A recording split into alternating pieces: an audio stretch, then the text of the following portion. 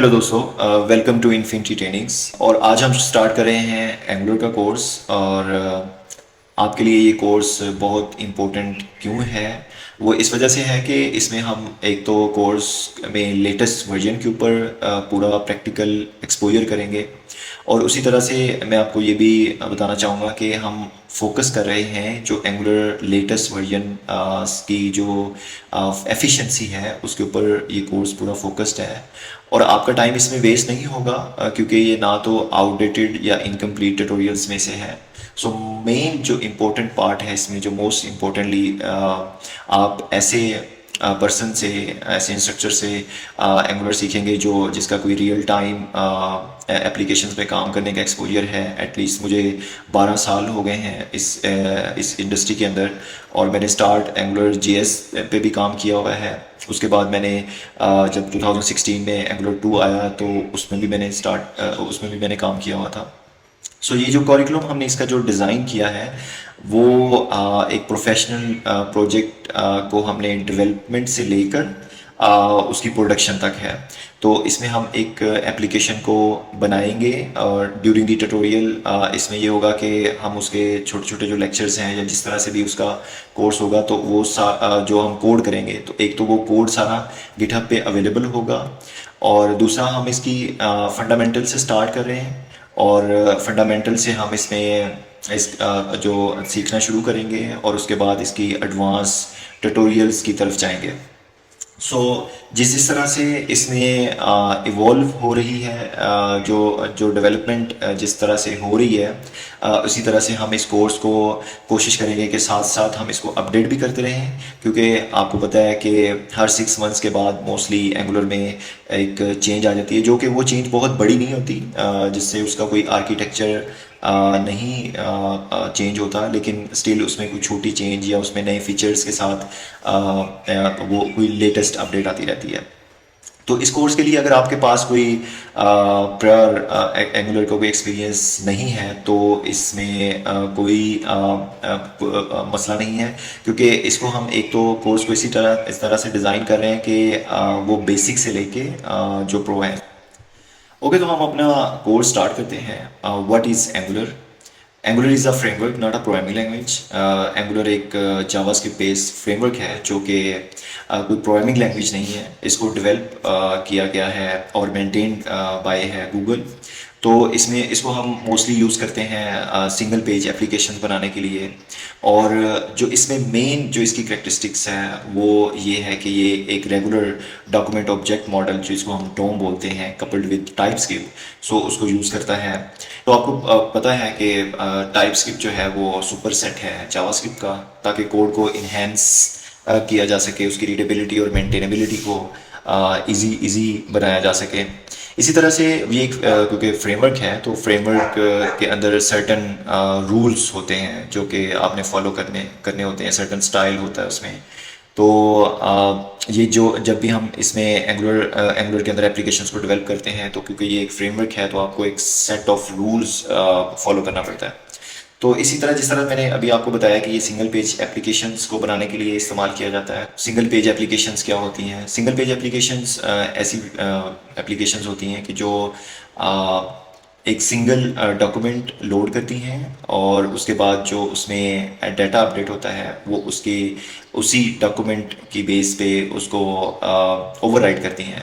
और वो बार बार सर्वर पे पूरे पेज को लोड करने के लिए हिट नहीं करती। वो जस्ट जो वेब के जो आपका सर्वर है उसको सिर्फ वो वाला एक जेसन की फॉर्म में या कोई भी मेथड उसमें डिफाइन करते हैं कि सर्वर से सिर्फ हमारा वही डाटा आता है और जो डॉक्यूमेंट होता है वो अपडेट होता रहता है और उसमें हम पूरा पेज लोड नहीं करते हैं।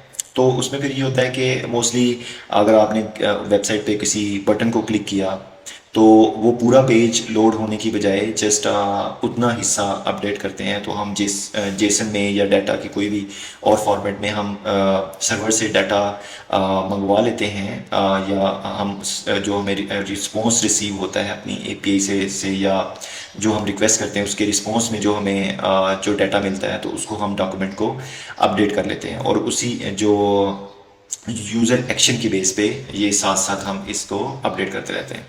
तो बेनिफिट्स क्या होते हैं सिंगल पेज एप्लीकेशन के? सो एक तो जो मेन मेजर जो सेक्शन है कि जो बेनिफिट है सिंगल पेज एप्लीकेशन के, वो है इम्प्रूव स्पीड और रिस्पॉन्सिवनेस। सो उसमें ये होता है कि आप मोस्टली क्योंकि पूरा पेज लोड नहीं होना, तो एक सर्टेन एरिया जो है उस पर क्लिक हुआ और यूज़र एक्शन की बेस पे हमने एक डाटा मंगवाया सर्वर से, तो वो हम सिर्फ उसी को अपडेट कर रहे हैं। तो उससे ये होता है कि वो पूरा पेज चूँकि रिफ्रेश नहीं होता है, आपको रिसोर्सेज भी कम लगते हैं सर्वर के, और इस तरह से वो सिर्फ उतने से सेक्शन में अपडेट होता है। तो एक तो वो काफ़ी स्पीड भी काफ़ी इम्प्रूव रहती है, और उस एक रिस्पॉन्सिवनेस भी है उसके अंदर। एक दूसरा ये है कि उसमें ग्रेटर स्टेबिलिटी है। मोस्टली ये होता है कि कैशिंग अवेलेबल होती है इस तरह में, क्योंकि हम हमारे पास सर्वर से जो डाटा आ रहा है, जो एपीआईज की फॉर्मेट में आ रहा है, या दूसरी किसी भी सूरत में आ रहा है, रिस्पॉन्स जो हमारे पास आ रहा है, तो हम एक तो उस पर कैशिंग लगा सकते हैं, बैंडविड्थ सेव रहती है।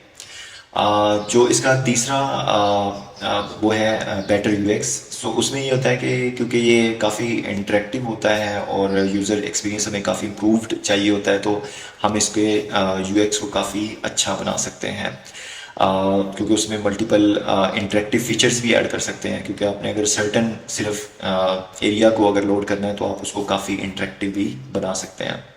इसी तरह से इसमें डेवलपमेंट काफ़ी आसान हो जाती है करनी, और इसी तरह से इसमें जो फ्रंट एंड है वो अलग से काम करता है, मतलब उसके जो डेवलपमेंट है वो अलग से होती है और बैक एंड की अलग से होती है। तो इसमें ये होता है कि आप फ्रंट एंड को इफेक्टिवली जल्दी से डेवलप कर पाते हैं, इसी तरह से बैक एंड को भी जल्दी से, और इनकी आपस में जो इंटरेक्शन है वो भी काफ़ी बेहतर होती है।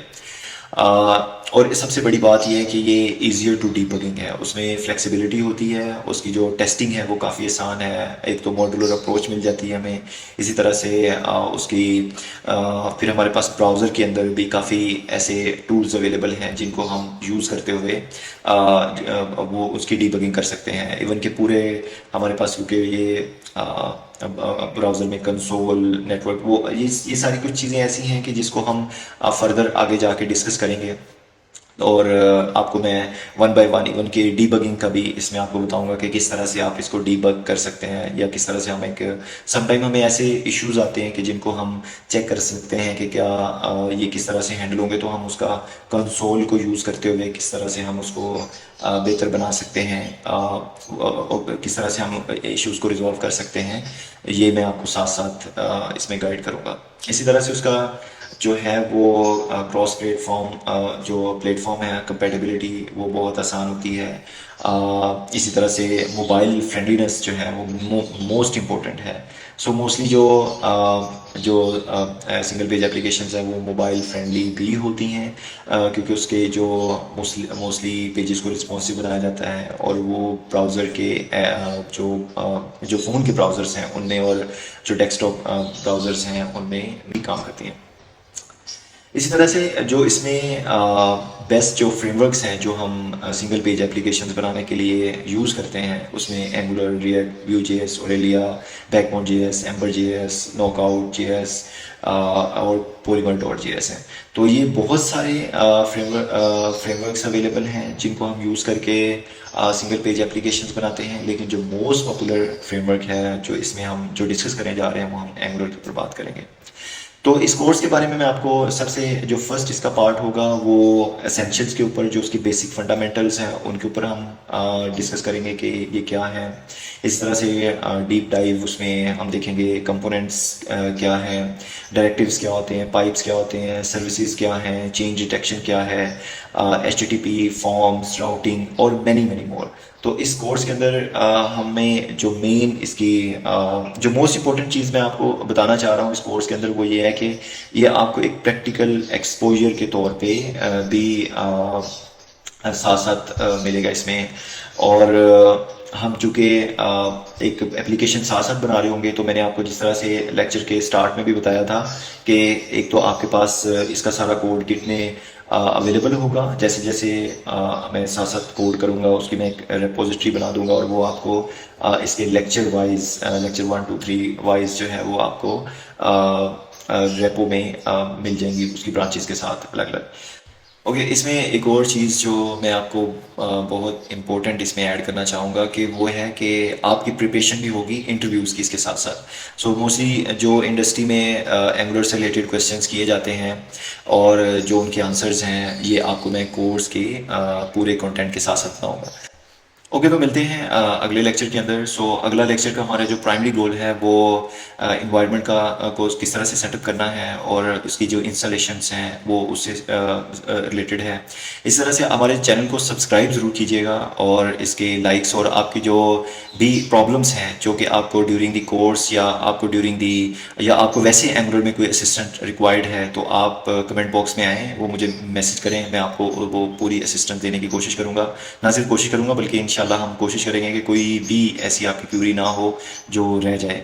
सो मिलते हैं अगले लेक्चर में। Bye bye.